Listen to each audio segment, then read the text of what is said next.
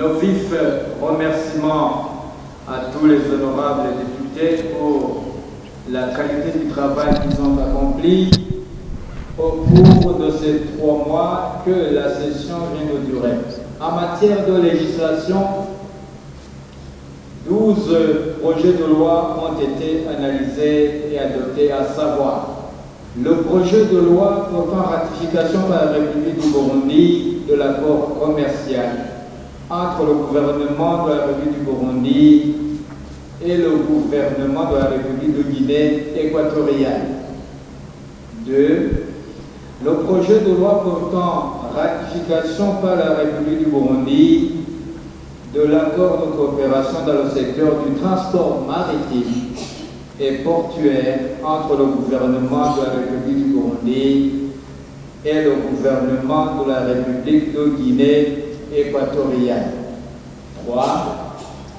Le projet de loi portant ratification de la République du Burundi de l'accord sur la promotion et la protection réciproque des investissements de la République de Guinée équatoriale.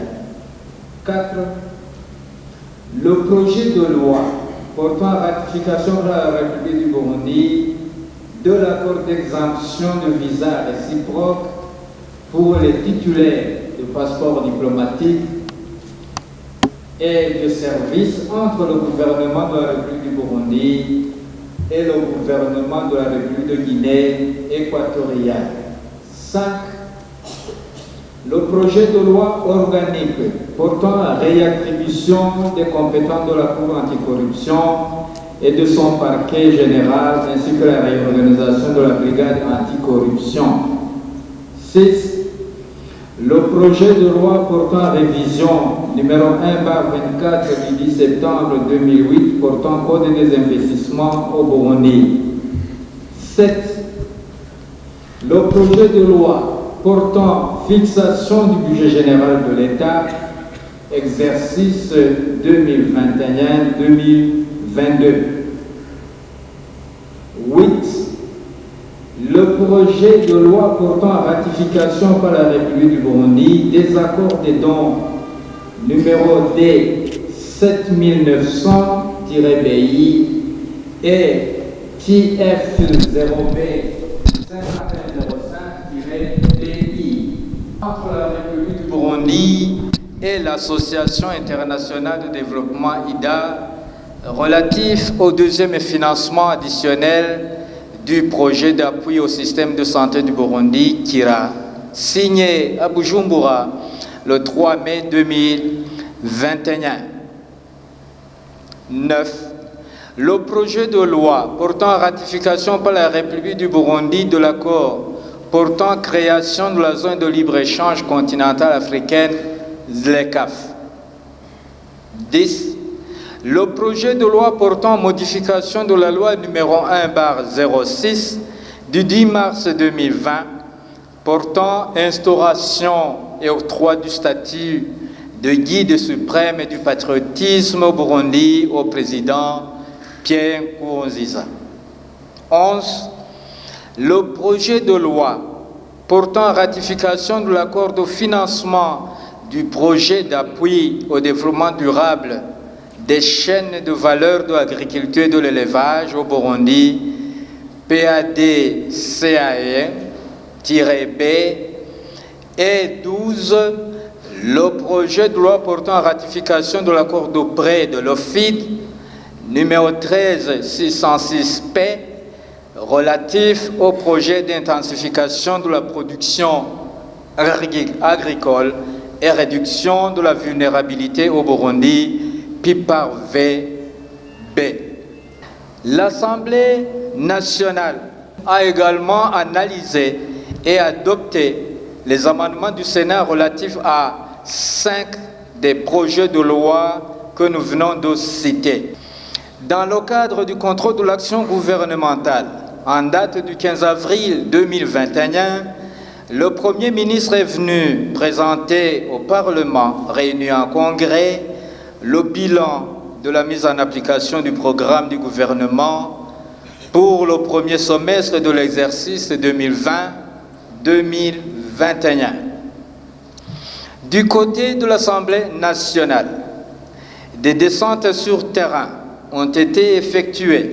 Ainsi, la Commission permanente de la justice et des droits de la personne humaine a effectué une visite de travail dans la province de Muramvya pour s'enquérir de la situation sécuritaire qui prévalait. Quant à la Commission permanente de l'agriculture, de l'élevage, de l'environnement, du développement communal et des travaux publics, elle a sillonné le pays dans le but de recueillir des informations sur la récolte et la gestion immédiate post-récolte du maïs. Le rapport relatif a été présenté au cours d'une séance plénière dans le but d'analyser la problématique de la taxation des opérations d'achat, de vente, d'enregistrement et de transfert des propriétés foncières au Burundi. La Commission permanente des comptes publics et des finances, des affaires économiques et de la planification a organisé une descente sur terrain. Son rapport a déjà été soumis aux honorables députés en séance plénière. L'Assemblée nationale a également suivi la prestation de serment de 2 nouveaux membres du gouvernement en présence de son Excellence Évariste Ndayishimiye, président de la République, et du Parlement réuni en congrès. Il s'agit du Dr François Habyarimana, ministre de l'Éducation nationale et de la Recherche scientifique, et de Madame Capitoline Niyo-Nizigiye, ministre du Commerce, du Transport, de l'Industrie et du Tourisme.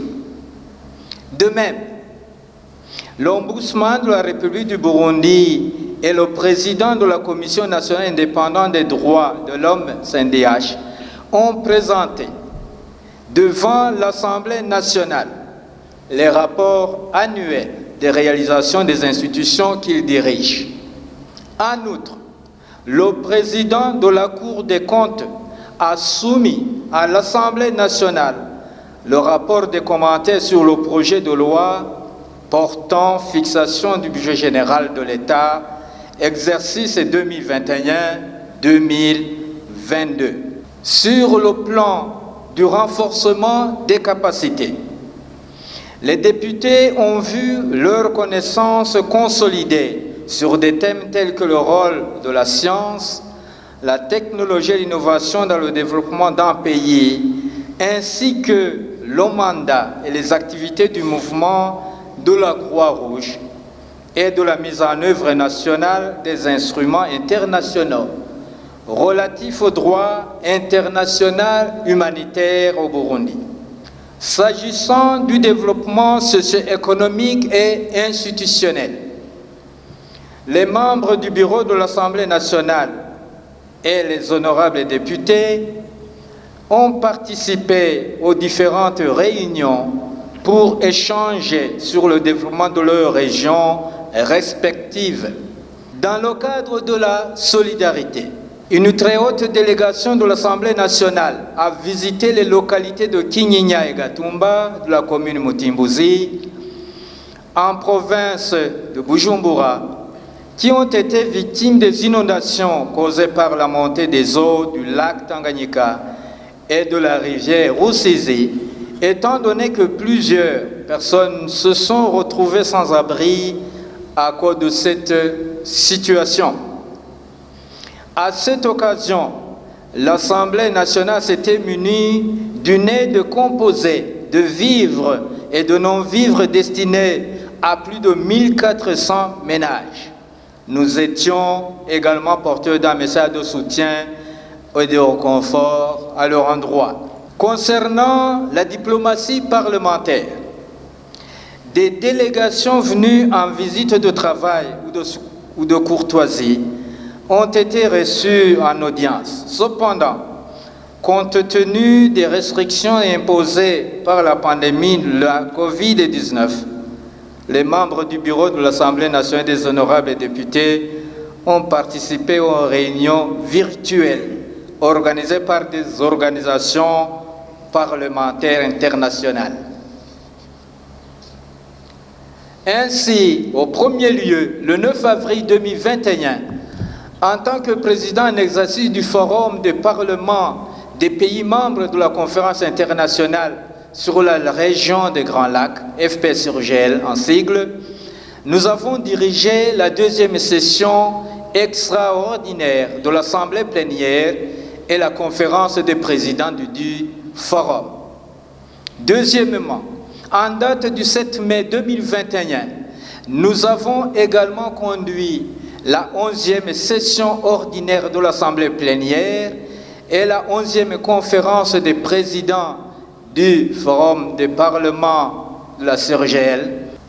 Enfin, nous saisissons cette opportunité pour souhaiter à nos collègues députés une bonne période de vacances parlementaires, une période non pas de repos, mais plutôt de changement d'activité dans la continuité de la réalisation de leur mission parlementaire, car les défis sont nombreux.